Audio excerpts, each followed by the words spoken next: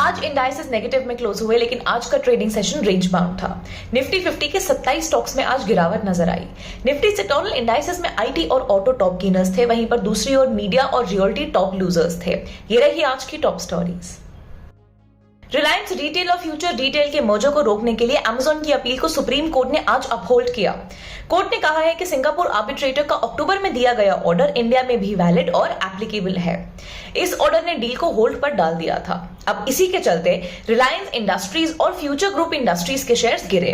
Reliance industries के shares 2% से गिरे और फ्यूचर कंज्यूमर, फ्यूचर रिटेल और फ्यूचर लाइफस्टाइल फैशन के शेयर्स 8 से लेकर 10% की रेंज में गिरे।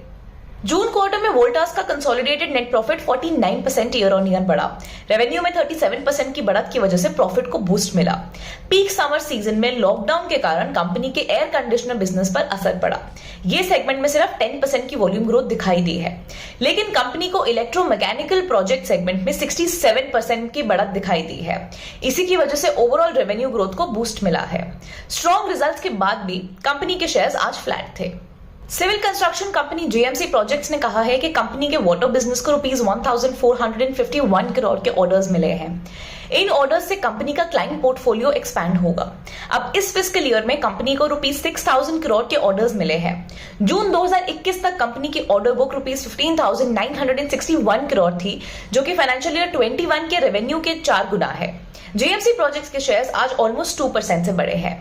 नाउ टू सम अप, आज मार्केट में प्रॉफिट बुकिंग नजर आई है। हालांकि अगर ओवरऑल देखें तो निफ्टी 50 में इस हफ्ते 3% का राइज हुआ है।